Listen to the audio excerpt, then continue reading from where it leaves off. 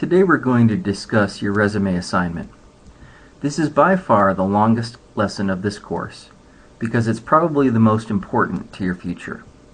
I've got nearly an hour of advice for you, carefully honed from years of reading resumes and selecting the best. So make time for this lesson and certainly don't skip it. Your class grade and very possibly your future are more dependent on what we discuss here than you may realize.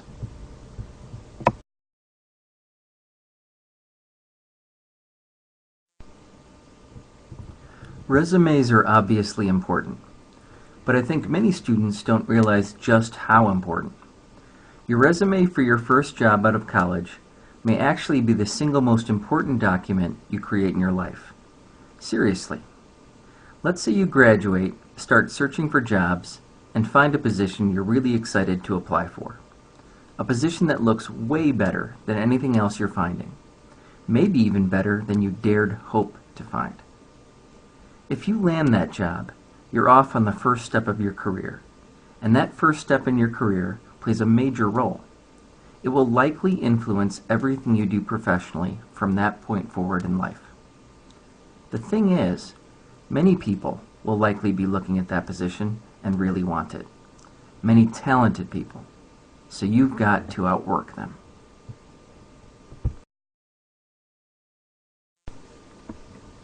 The facts of life are that many people never get their dream job. Many people take their second, third, or 15th option because they've got bills to pay. And once in a position, many people settle in and make do because it's easier than the considerable time it takes to constantly be looking for a more ideal position. But you don't want to spend your life doing even mildly unsatisfying work to pay the bills when you actually could have had your dream job, but didn't simply because you turned in an average, run-of-the-mill resume. A resume that never led to an interview because it just didn't stand out. Maybe you were actually exactly what they were looking for, but your resume didn't reflect just how qualified and capable you were for that dream position. That position that could have set you up on the right path for life. Your resume is really, really important.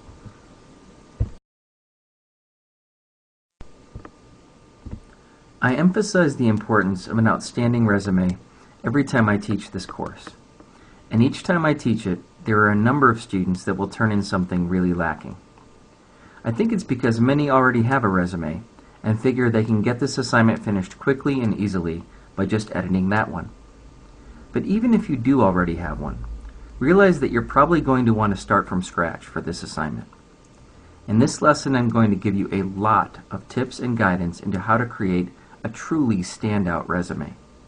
It's important to your grade that your resume reflect all of what we covered.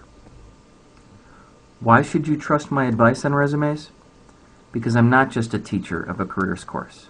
I'm an employer, too, of a sustainable design build practice. I've been hiring people for a long time.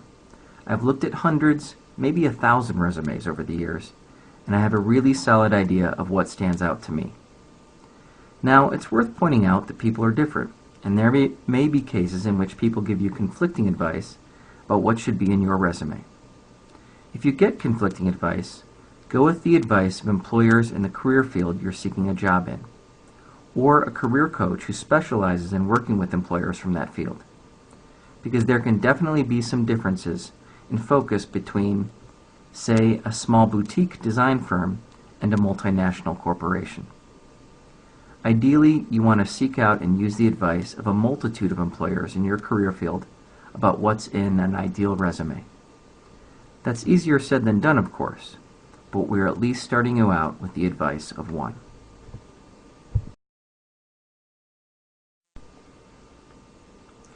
This course isn't the most exciting course that I teach. It may actually be the least exciting, but because of this assignment, it's one of the most important. Because perhaps the single most valuable thing I can do to help you is to give you a leg up in landing your dream job. So when you think you're finished with this resume assignment, the first tip is to go back and listen to this again while looking at your resume and make sure you've done everything we're going to discuss to make it stand out.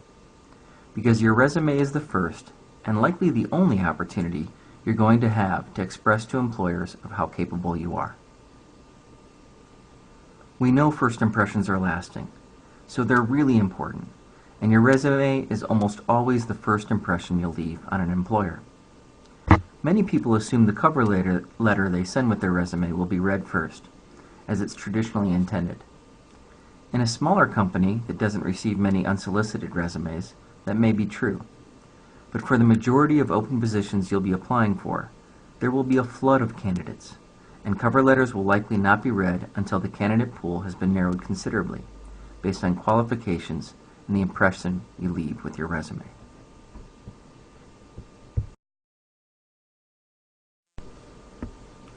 Recognize that often an employer will have dozens or even hundreds of resumes submitted for a position. For positions where there are hundreds of applicants, modern technology is often employed in finding the best candidates. Specialized software scans resumes looking for things like schools, degrees, places of employment, job titles, and date ranges to identify how many years of experience you have in the industry. Making your resume well organized can help computer software identify the information the employer is looking for and not miss something important. Once the resumes are winnowed down to a much smaller pool of the most qualified candidates, employers will almost always look at the original resumes because the computer software isn't perfect and sometimes misses important information. In smaller companies, like many architecture firms for example, employers likely won't use software like that at all. They'll look at each and every resume submitted, and there may still be dozens. An employer's first pass through the stack of resumes is likely to just be a quick glance at each, quickly weeding out weaker resumes and making a much smaller stack to start looking at in more detail. So again, it's important to have a nice visual hierarchy in your resume that makes it easy for an employer to scan and find what they're looking for. It's important to have section headings like education, experience, skills, etc., and to use different font sizes and bold to create a visual hierarchy that makes finding things quick and easy. Blank space matters too. Skip a line between listing jobs, for example. You don't want to have too much blank space, which can make it look in a lightning quick scan like you have very little to offer. But you also don't want to have too little blank space, which makes it a headache to read. And the text shouldn't all be crammed on the left. Make your resume visually balanced and aesthetically pleasing. In that first quick scan, you don't want to give an employer any reason to pitch your resume in the trash without even really getting into it.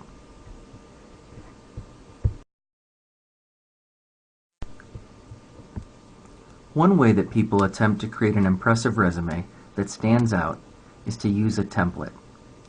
But if the resume template you like is a part of software like Microsoft Word, then realize you may not be the only one submitting a resume from that template.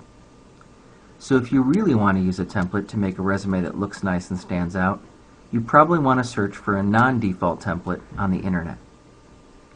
But there's another reason you may not want to use a template at all. With numerous edits over time, complex template layouts often start producing unexpected results, and you can waste a lot of time trying to figure out why things don't align that should, for instance. So what I recommend when starting a resume is do look online for example resumes you like. That's a great first step. Make sure the resume designs aren't just visually stunning, but suitably professional and would work well with your content and experience. If you question whether a resume design you like is maybe too much of a departure from the norm, listen to those doubts. You want something an employer is going to feel comfortable with. A great idea is to find a few resume designs you like, then show them to UA Career Services and contacts you have in the industry you're applying for to get a consensus opinion on which may be the best template to start from. But then, instead of downloading and working from that template, create your own version of it. Note that word publishing software like Microsoft Word may not be the best software to create your resume either. You don't have to create a perfect copy of the template design you like. You probably won't be able to make an exact copy anyway. But that's good. This way your resume is truly a little bit different and unique from anyone else's. More importantly, having created the resume layout and design yourself, you know how to edit it in the future without the editing issues that often arise with inexperienced users using templates they haven't created. You can use a wide variety of software to create a nice resume. Microsoft Word is easily the most common, but even an expert user may discover limitations. I've seen really standout resumes created with Adobe Photoshop, publishing software, or even PowerPoint on an 8.5 by 11 inch slide. This is a good time to note that it may be tempting to use alternative sizes to stand out, but I wouldn't. Even if you only submit a digital resume, many employers print their resumes for reading and notes, and if it's sized differently, it's too easy for your resume to get separated from the rest under review and missed entirely. Now, some parts of the world do use a different paper size, called A4, as standard for business documents. So if you're applying for a position in another country, you'll want to look into whether that's the standard paper size and reformat your resume accordingly. If you are submitting a physical copy of your resume, a way to stand out from the crowd is to print on a very high quality paper. Don't get too crazy in that regard either. I wouldn't use strongly colored paper or really thick cardstock. But a high quality, white or neutral colored paper with some heft and even texture is widely recommended by experts. I use a 32-pound white linen paper when I need to print.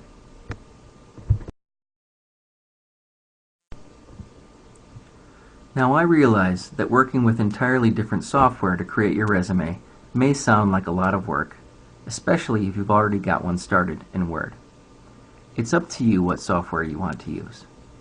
Just remember how important this is and think about what you want out of it. Put the time into doing it right, and don't hesitate to start from scratch to get it right. Spend a little time on the internet looking for resumes that make you say, wow.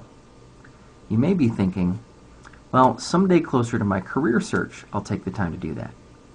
Right now, I'm just going to get through this assignment. But there's a secret that seniors will tell you. Life only gets busier as you go through school. Lots busier, and the time flies by. Before you know it, you will be facing senior capstone projects, graduation, no time for even looking for a job, and the ever-looming prospect of full-on adulting and being completely financially responsible for yourself. For many, this is a truly overwhelming and scary time. Certainly, it's an impossibly busy one. So don't wait. Use the time set aside for you in this course right now to have a fantastic resume ready to go so you can send it out when you're looking for jobs and see a great one.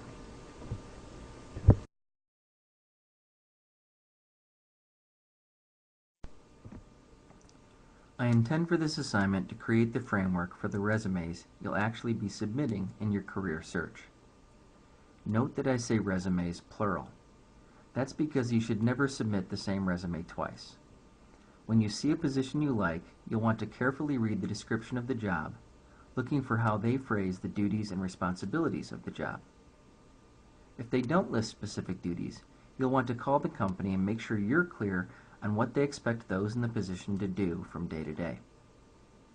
Not only so you know what working there will be like, but because you want to see exactly how they word each duty, and then edit your resume for every position you apply for, making sure you've addressed the specific job duties they mention in your resume with the very same text they use in the job description. The easiest way to do this is as bullet points under previous work experience or education, as you see here. For example, if the job description you're applying for mentions that the position will involve marketing firm services through social media, you'll want to think about if and how you've marketed things through social media before. If you have in a prior job, you'll want to add a bullet point under that job on your resume specifying what you did, like marketed company services through social media, including Twitter, Facebook, and Instagram. If you don't have experience with that job duty through previous employment, you'll want to think about your education. Did you complete a class project that may have involved social media marketing? Did social media marketing come up as a topic of discussion in any of your classes? If so, include a bullet point under your degree, like SBE 202, examine the importance of social media marketing including a class project in which we promoted the services of our fictional firm.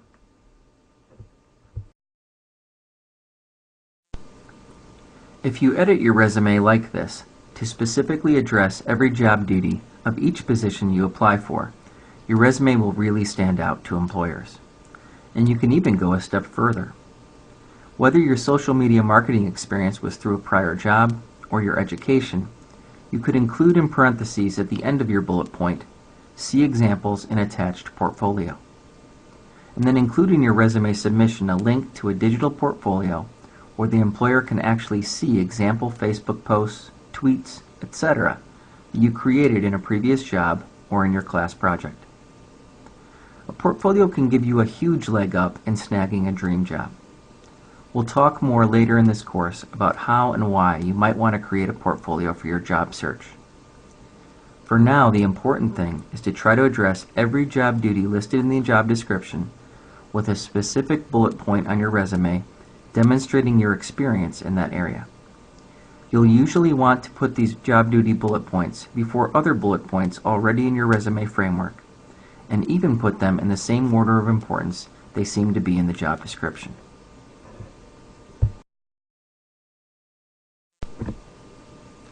So you know you want to edit your resume for every job you apply for based on the description. But let's talk about what other information you should include in your resume and how to organize it. First of all, unless you've been working for a while and have lots of experience in your career field, keep your resume to just one sheet of paper, front and back at most. And don't feel that your resume needs to fill both front and back if you're just starting your career. Filling just the front with relevant information is enough when you're just starting out. In fact, one thing many people make a mistake in doing is to try to list as many things as possible in a resume, thinking you're giving an employer more reasons to hire you.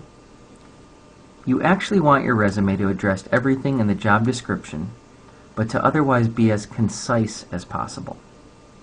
Probably the most important theme to remember as you're filling out your resume is great stuff and no fluff.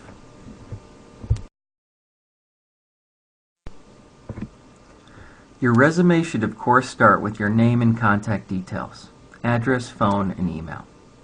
You don't need to include the actual words, phone, or email to label your contact details. The exception to this is if you want to include 2 phone numbers for some reason. You might want to label what each is. But I wouldn't include 2 phone numbers. There's no reason to, and again it just makes the resume longer in areas it doesn't matter when you want it to be concise and focused on what does matter. So just enter the digits of your cell phone or whatever phone you use most often.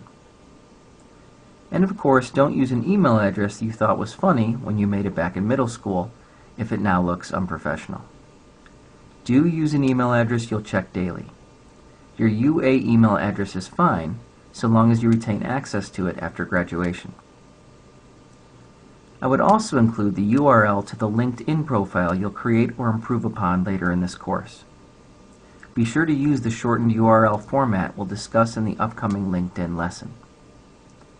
Develop your network of industry contacts in LinkedIn, and look for people who know you have certain professional skills to endorse you. LinkedIn is something I didn't bother to start using until very recently, since I haven't been looking for employment, but I believe for people starting a career search, it's really important. I'm happy to endorse you for professional skills you've shown me through your classes. Just request them of me.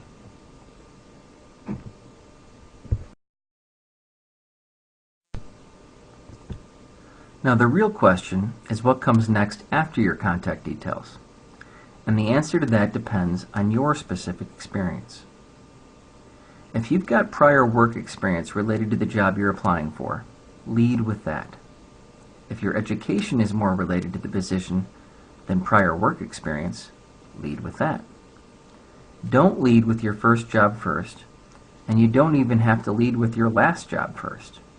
Reverse chronological order is generally considered ideal, but if your second to last job, for instance, was the most relevant to the position you're applying for, don't be afraid to lead with that.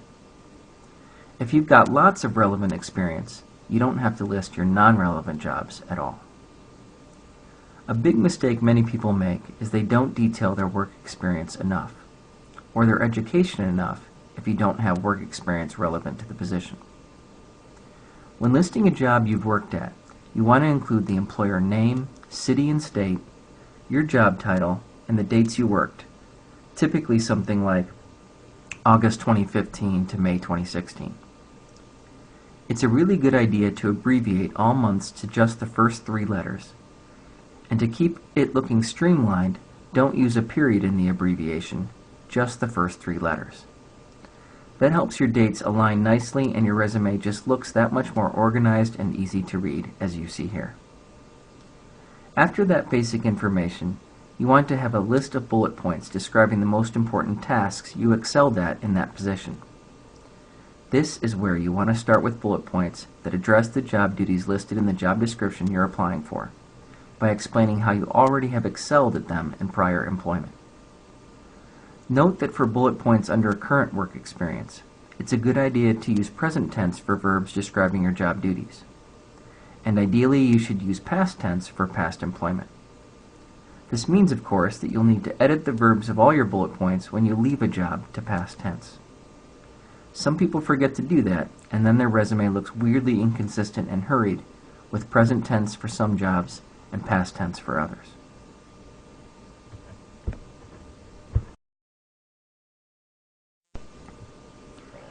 Note that I've seen some resumes use a short paragraph under each job instead of a bulleted list.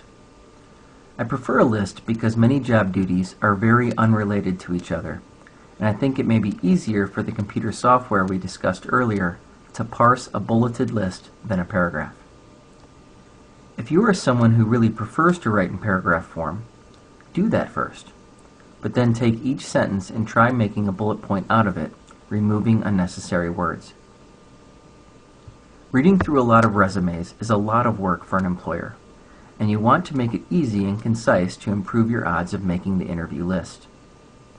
If you're certain a paragraph is better suited to the nature of your jobs, or you feel you can much better explain how you excelled in those positions in a short paragraph, still, create a resume version with a bulleted list too, and take those 2 resume versions to professional proofreaders to see which they prefer. Also, this is a good place to note that you generally don't include personal pronouns in a bulleted list, and you generally don't include a period at the end, since without a pronoun subject, a bullet point is not a complete sentence. You do capitalize the first word, but no period at the end.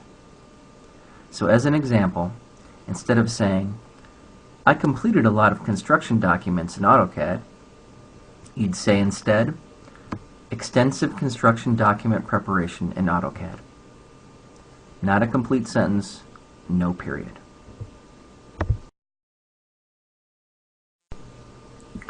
That wraps up the work experience section.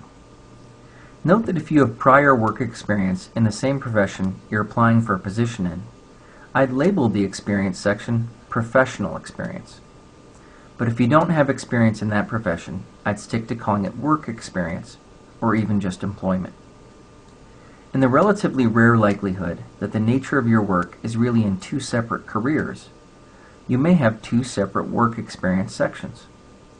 For example, I list my design build experience under professional experience, and my teaching appointments under educator experience, rather than mixing them into one section. When applying for a new position, I'll of course reorder the work experience sections so that the section most relevant to the position I'm applying for is listed first. And if you spend a lot of time in academia and are applying for a job and don't have a lot of work experience, but do have a lot of research experience relevant to the profession you're applying for, it's okay to lead with that before employment. Sometimes people with PhDs will graduate without any real work experience to speak of, and in that case, if you're seeking a job in the private sector, I would consider just labeling the section experience and list the details of all your research in the field.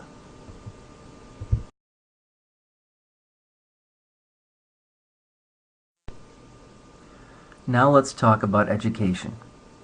Lead with the degree you're currently pursuing. Or for those of you who may already have another degree, Lead with the degree most relevant to the position you're applying for. For each college you've attended, list the school, city, and state, the degree name, subjects you studied, including minors, and the date you received your degree.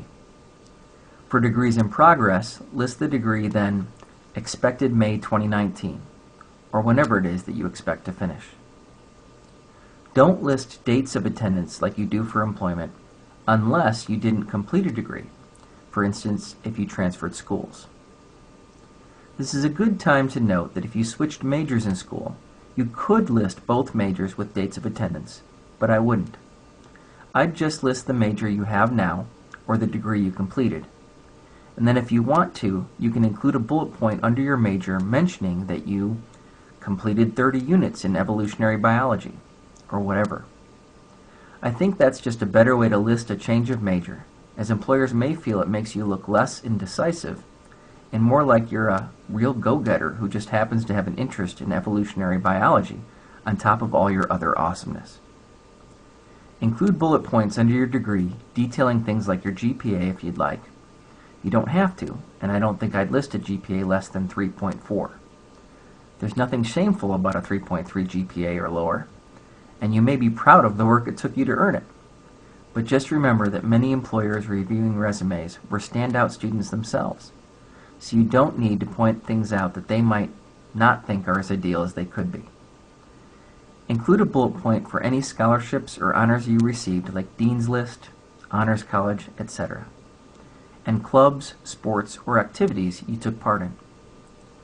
Then, especially if you have limited work experience relevant to the position you're applying for, I'd have a subheading labeled Selected Coursework and Projects, and include bullet points listing how specific courses and/or school projects have prepared you for the job duties listed in the job description of the position you're applying for, as you see here.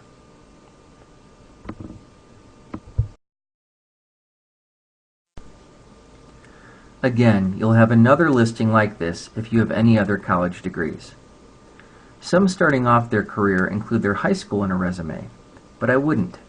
I'd save that space for far more important details of university coursework and projects relevant to the job opening. The only exception to this is if something you did in high school is relevant to the position you're applying for. For example, if you took 2 years of CAD classes in high school, and you're applying for a position in an architecture firm in which you'll be drafting in CAD, then it's probably worth putting your high school in for this job search. Certainly, after you've got a university degree and relevant work experience, don't bother including your high school on your resume. Many people are understandably proud of their accomplishments in high school, but it's going to mean very little to most employers who more often than not were really exceptional high school students themselves, and most likely excelled at the university level as well. If you do list your high school, start with the school name, city, and state, and then just list the month and year you graduated. Unlike college, don't include a degree name like high school diploma. Again, lead with education if your work experience isn't very relevant to the position you're applying for. But if you do have relevant work experience in the profession, lead with that, as it will likely be valued much more highly by employers than even the most impressive education.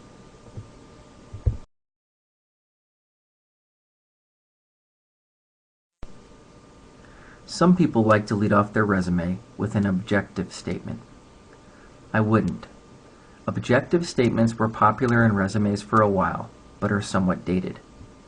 Basically, it's assumed by most employers that your objective is to get the job. While it can be interesting to learn more about why a candidate is interested in a particular position, this is often best left to a brief statement in your cover letter, or for the interview, where an employer is likely to ask that question anyway.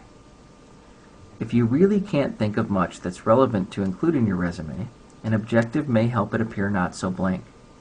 But for that very reason, a lot of employers see it as what it often is: filler, because you couldn't think of enough details of prior work in education to demonstrate how qualified you are for the position.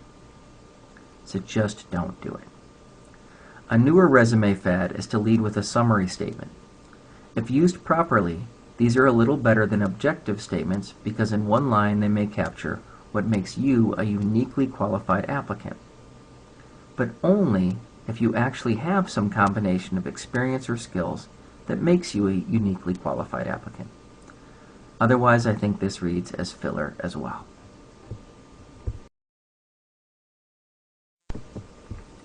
Another major category that most people include in their resume is an area to list your particular skills. But skills is probably the most misused topic in resumes, so please pay close attention to this.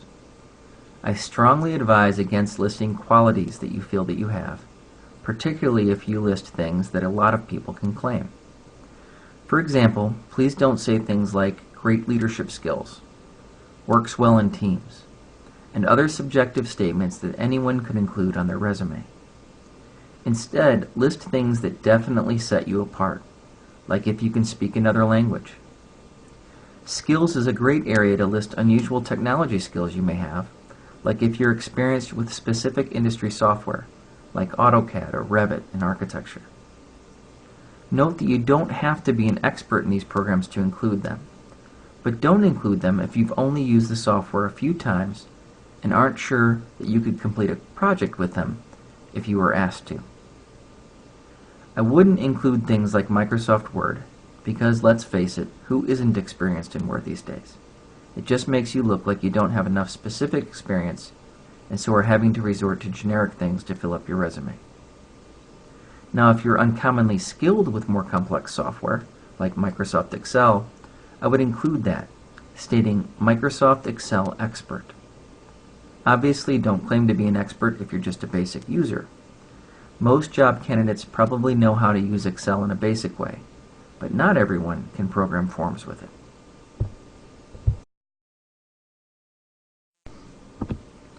This brings up something else that's starting to become more common in skills sections: rating yourself in a skill or software. Many experts will tell you not to rate yourself, for a lot of reasons, but starting with the fact that it's so subjective. If you honestly rate yourself 3 out of 5 stars, or perfectly capable but average, in say an industry software like AutoCAD, then someone who exaggerated their skill might be seen as a more desirable candidate if the position requires working a lot with that software, when in fact you may have been the more skilled candidate.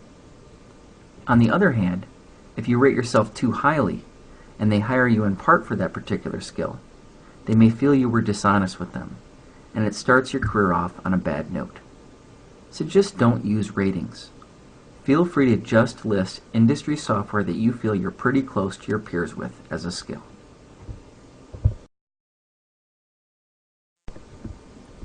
If you're interviewed for the position, they will likely ask you about your experience with software you'll use daily on the job. I think a good way to answer that question is in terms of your peers. For example, you could say, I wouldn't say I'm yet an expert, but I'm as capable as my peers. Or phrase that last part, I'm just about as capable as my peers. Or, I'm pretty capable and fast. I'm someone people would turn to in school when they had questions about the software. You can even add the word expert, as we discussed above, if you are sure you're as capable as experienced, top-level talent in the industry. Just remember to be a little humble. Even if you're really good compared to your peers in school, people who've been using that software every day from 9 to 5 for years at work are likely faster and more capable yet. And that brings up another thing you can do if you've got lots of work experience with software and think you may be competing with people who might not. List your years of experience with a software or skill, since that's objective and not subjective. This is something you might still not want to do, though, if you think you may be competing for a position with much more experienced candidates.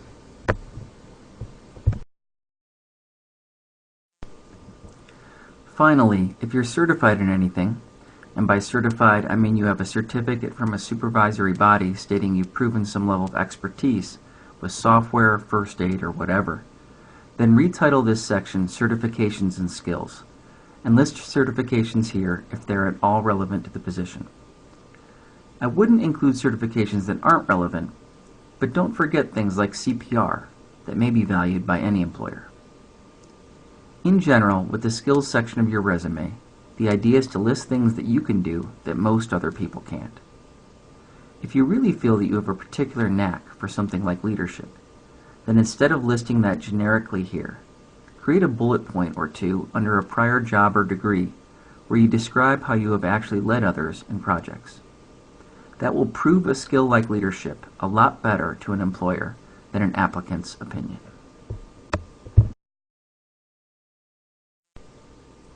While resumes might include sections other than work experience, education, and skills, these are the three categories commonly found on most.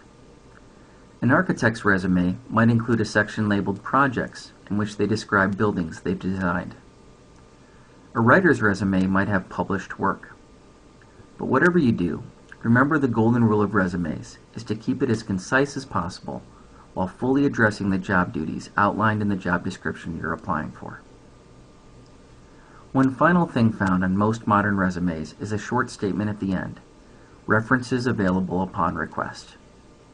If the job listing specifically asks for references, then create a full references section at the bottom of your resume, listing your contacts' names, their job titles, place of employment, phone, and email.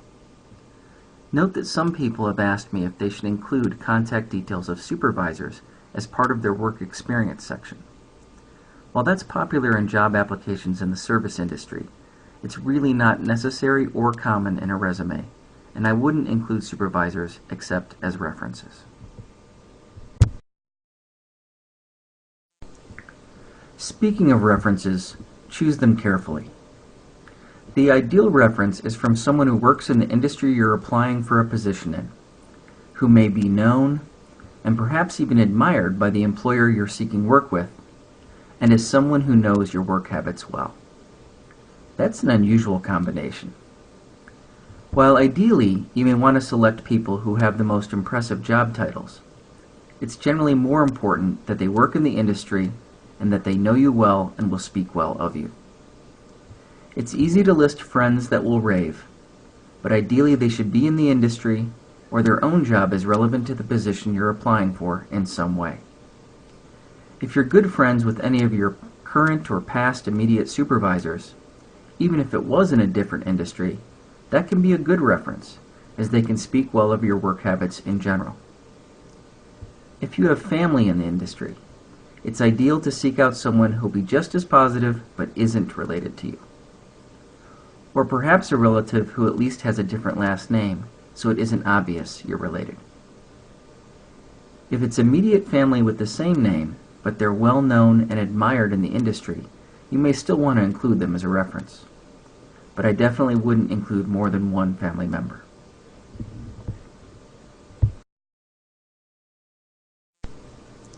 Sometimes your best reference may not be your most immediate supervisor from a current or past job, but their supervisor, so long as that supervisor knows you pretty darn well. It's not ideal to pick someone who says, "Well, I didn't really work with them that closely, but they seemed fine." On the other hand, some people are too quick to list their most immediate supervisor, overestimating how well their supervisor will speak of them. A lot of supervisors may harbor slight annoyances they never bothered to bring up to you, but might keep them from glowing about you to another employer. So the important thing to do is to ask people if you can list them as a reference when you see them in person, and then judge from the immediate expression on their face just how positively you think they'll speak of you. So that wraps up content. Let's go back to how to make that content look good.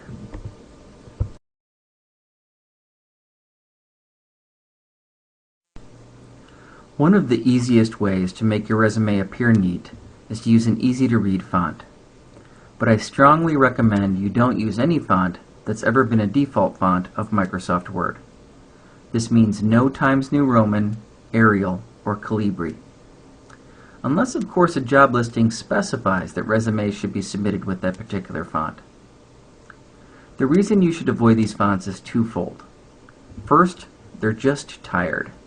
Everyone has seen them a million times in countless boring documents. The second reason is that many people still do submit resumes with these fonts, which means so many resumes look alike, and it's very difficult for yours to stand out if you use these fonts too.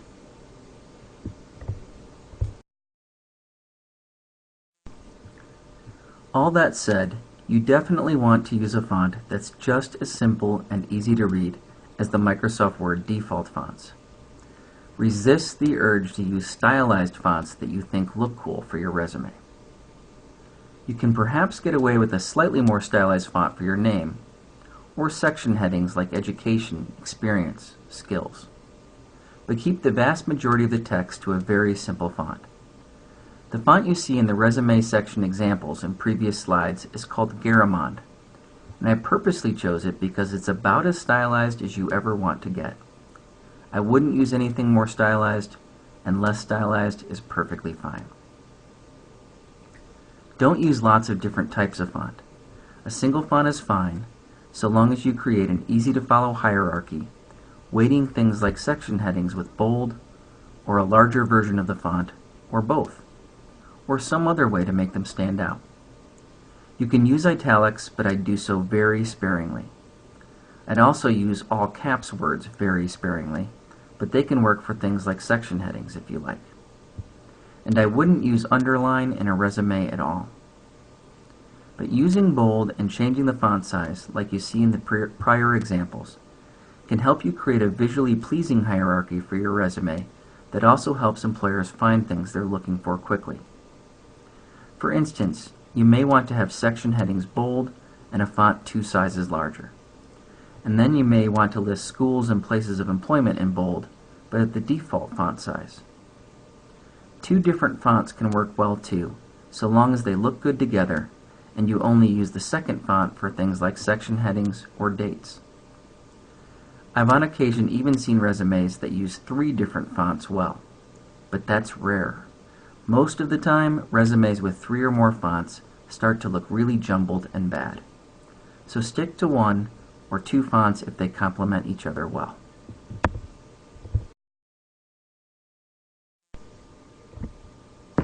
An important thing to remember is to submit resumes in PDF format rather than, say, Microsoft Word.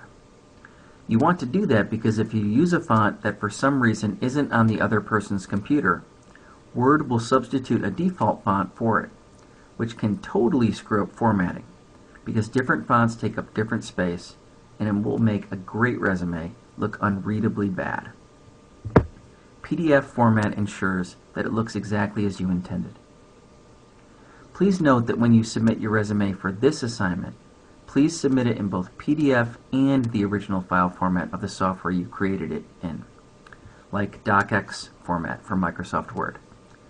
I ask for both formats because I want to see it exactly how you've intended it in the PDF, but I also want to be able to easily comment on it and suggest edits, which I can do much more easily in the original file format.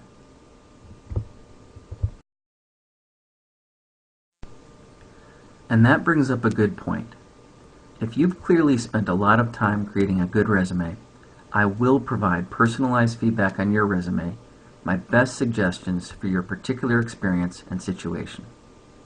For those that put in the work, which should be all of you, I probably average a half hour of proofreading and providing personalized suggestions on resumes that I receive. If you do the math with how many students there are in these classes, which is often around 50, that's 25 hours of resume grading. It's not fun, but it is important to your future, and I'll put in the time if you do. What I won't do is to provide personalized feedback on a resume that doesn't follow the tips I suggest here, or that someone didn't have others proofread because I figured I'd edit it for them. I have limited professional time to invest, and I'm obviously not very inspired to if you haven't cared enough to submit your very best effort. I'll just give those resumes a below average or failing grade and move on to the next that's already good but can be even better.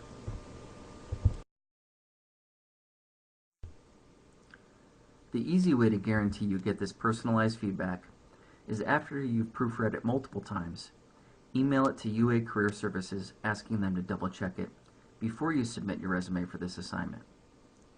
I grade these expecting an outstanding resume because you've had all this advice. A resume that may be grammatically perfect but doesn't stand out in any real way either gets an average grade, or C. If you follow the advice in here and include concise but well-worded details, addressing each of the specific duties of the job description you selected for the assignment, you'll get an above average grade, or B. If your resume additionally stands out as just particularly good in some way, then you'll get the superior grade of A. Because that's how an employer will view it when reading the resumes of dozens of candidates for one position. They're not going to bother to interview candidates whose resumes just met the basic requirements, when there are many resumes they've received that go beyond and are outstanding.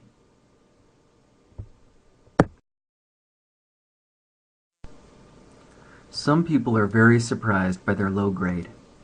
I don't want you to be one of them. If you make sure you followed all the advice in here, you should at least get a B. If you struggle with English, or maybe it's not even your first language, you can still have a superior resume by getting it proofread by multiple people that you trust to take the time to read it critically and provide thoughtful, honest feedback. Definitely, everyone should email or take your resume into UA Career Services and ask them to proofread it. Make it clear you put a lot of time and effort into it and would really value their advice. And of course, make sure you actually did put a lot of time and effort into it, or they won't bother to either. And just say, yep, sure, looks great, and then move on with their day. Let's talk about how to make your resume really stand out and move it from above average to superior. To make sure your final resume looks visually balanced, after you think you're finished, zoom out on your screen, or print it, pin it on the wall, and take a couple steps back. Then try to imagine seeing it for the first time. If you discover you have a lot of text on the left and blank space on the right, consider using multiple columns for lists of things, like short bullet points under Skills or Education. In Microsoft Word, you can set up columns under the Page Layout tab. You can change the spacing of columns by dragging the sliders on the ruler at the top of the document. And learn to use the line spacing button displayed in the screenshot on the right here. In particular, you may find it desirable to add or remove spaces before or after a line. This looks particularly good in creating a little space after section heading titles and before the first item. For instance, in providing a little space between work experience and listing your first job. Not only can these techniques make a resume appear more polished and visually balanced, but it demonstrates your knowledge of word processing programs, which is a skill most employers really value. And while we're on that topic, don't use dashes for bullet points. Use an actual bullets feature like that found in Microsoft Word on the Home tab in the paragraph group just to the right of the font tools. It looks more professional and also demonstrates greater understanding of word processing programs.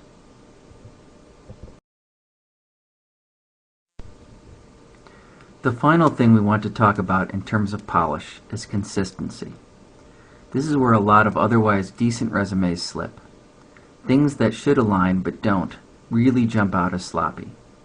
Sloppiness implies someone doesn't care enough about that position to take the time to look closely at their resume, or they don't have the computer software skills that are so important in professional communication. Either way, it's not good.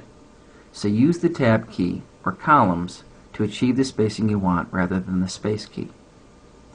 In addition to consistency in aligning things, be consistent with everything. Where you use bold, for instance, say, for example, job titles, and where you don't. Look closely at date ranges you've listed and make sure you are consistent with spacing before and after dashes, and even the dash length itself. Microsoft Word will often automatically change a short dash to a longer one. Either dash length is fine in your resume. Just make sure it's consistent for that final polish.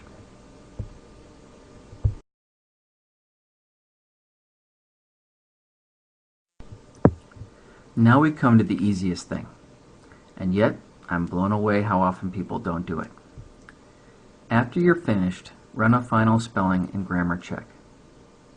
Some people seem to develop a habit of dismissing the automatic spelling and grammar suggestions of word processing programs as they type, and this valuable feature is wasted. So actually go back and run a final spelling and grammar check at the end. Your resume should be grammatically perfect, not a single spelling or grammar mistake. With the technology that makes these tools so easy to use, if you have even one spelling error in your resume, it just makes you look like you didn't care enough to bother to fix it, even after Word highlighted it for you, which is not the impression you want to be giving about your work ethic. Or it makes you look like you don't have the knowledge of how to use basic computer technology, or of the importance of professional communication in the modern workplace. All of these things are bad for your job prospects. So please make sure to run a separate final spelling and grammar check after every resume edit. In Word, it's on the Review tab. Finally, remember that with so many incomplete sentence bullet points, the grammar check part of Word isn't going to catch everything. You have to proofread everything yourself to make sure you use the right word. The wrong word spelled correctly isn't going to help you.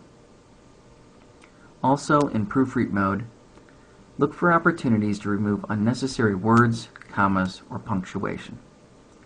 In general, anytime you can shorten something to state it most directly, resume readers will really appreciate it. Keep adjectives and adverbs that help define what you did in your employment and education, but actively think about ways to rephrase long bullet points in order to shorten them. The final thing you'll need to check for in proofreading are the easiest things to miss.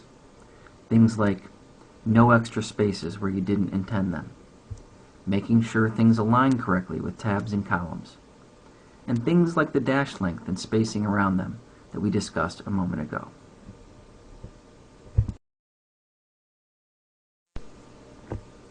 And finally, the most important tip of all. When you're finished proofreading, after the final edit and spelling check, get it proofread by others. Lots of others.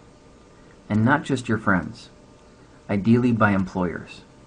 Or email or bring it in to UA Career Services. Have I said that enough? It's important. But realize that even that isn't going to mean it's got no issues. The resume reviewer at Career Services may have had a rough day, and their head's just not in it. So get it proofread by your parents when they're not busy with other things. By people you trust to care enough about your future to really look for and find any mistakes you might have missed. And talk about what they might word or do differently. Again, different people are going to have different ideas. If you get enough people to proofread your resume, whose professional opinion you trust, you can probably rest very soundly going with the majority opinion and knowing you have a fantastic resume that just may make the difference and open that door to you.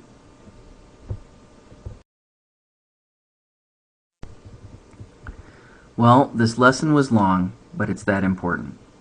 When you're done writing, please go back and listen to it again to make sure you didn't miss anything in your resume. If you follow all the steps, it may just make the difference between your resume making it into the interview stack instead of the recycle bin. And that may in turn make all the difference in the world in starting your professional life and the path that ultimately leads you down. So put time into this, reflecting that importance. And remember, a resume is never finished. You should always be looking for ways to improve it and more professional advice on it. Good luck in your career search, which you will start before you know it. And I sincerely hope you all find your dream job, or create your own. No video response is required this lesson, but if you know of a great resume tip I've forgotten or ignored, please don't hesitate to comment here.